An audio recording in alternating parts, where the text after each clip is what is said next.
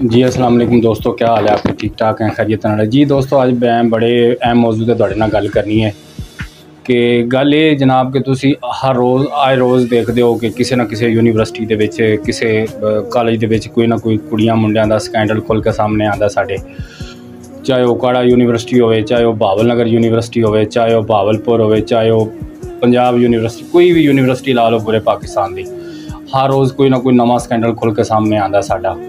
तो स्कैंडल ये आंदा कि लड़कियां और लड़के दोस्ती करते हैं, दोस्ती करने तो बाद जो एक दूसरे को छड्डदे हैं या वो लड़का उन्हें ब्लैकमेल करता है या लड़की ब्लैकमेल करती है। यह दोवें चीज़ां बहुत आम हो चुकी हैं।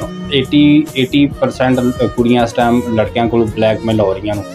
सिर्फ लड़के दोस्ती करते हैं, दोस्ती करके उन्होंने जो अपनी हबस के पुजारी होंगे जो भी होंगे उन्होंने मकसद होंगे अपने मकसद से कामयाब हो के जो पिछे हटना चाहते हैं कुड़ी तो फिर कुड़ी कहती ये की है, फिर वो मुंडा लड़का उन्हें को पिक्चर होंदियां पिक्चर भी दे देंदियां उन्होंने, सारा कुछ होंदा, लेकिन फिर वो लड़कियों ब्लैकमेल करना शुरू कर देंगे। ये चीज़ साडे माशरे दे विच, साडी सोसाइटी दे विच बहुत ज़्यादा आम हो गई है। ये सारे माँ बाप की, पेरेंट्स की, सारिਆਂ की जिम्मेदारी बनती है अपनी औलाद पे नज़र रखो, ठीक है। और जेडे कॉलेज यूनीवर्सिटी इंतजामिया है, प्रिंसीपल साहब हैं, इंचार्ज हैं, टीचर्स हैं, जो भी है उन्होंने भी जिम्मेदारी बनती कि बच्चों पर नज़र रखन, फोकस करन। हर रोज़ कोई ना कोई नवा स्कैंडल खुल के सामने आता, हर रोज़ कोई ना कोई नवा स्कैंडल खुल के सामने आता। ये इज्जत नीलाम हो रही है कुड़ियां बेचारियां की, ब्लैकमेल हो रही हैं, ठीक है। कोई तो अपनी खुशी तो दोस्तियां कर रही हैं, कोई ब्लैकमेल हो रही हैं, किसी की मजबूरी बन जाती है, कोई ना कोई नवा सिस्टम खुल के सामने आता है। तो साढ़े सारिਆਂ की जिम्मेदारी बनती है हुकूमत तक मेरी वीडियो पहुँचाओ कि ताकि इनदे ते सख्त नोटिस लिया जाए पूरे पंजाब पाकिस्तान दे विच।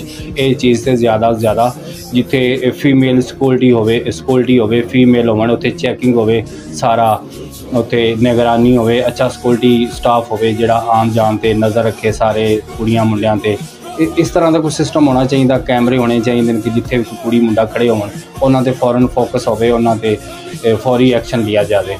ये चीज़ को रोकना होएगा। ये चीज़ बहुत आम हो रही है, हर रोज़ लड़कियां बेचारियां ब्लैकमेल हो रही हैं, कोई सुसाइड कर लैंदियां, कोई परेशानी ना आके खुदकशी कर लैंदियां। ये बड़ा सिस्टम आम हो चुका साडे माशरे दे विच, सोसाइटी दे विच।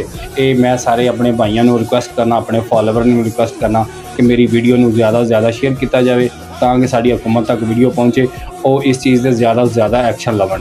तो ये हुकूमत की साडी इन्हां दी जिम्मेदारी बनती इस चीज़ से जिहड़ा ना ज़्यादा तो ज़्यादा एक्शन लिया जाए।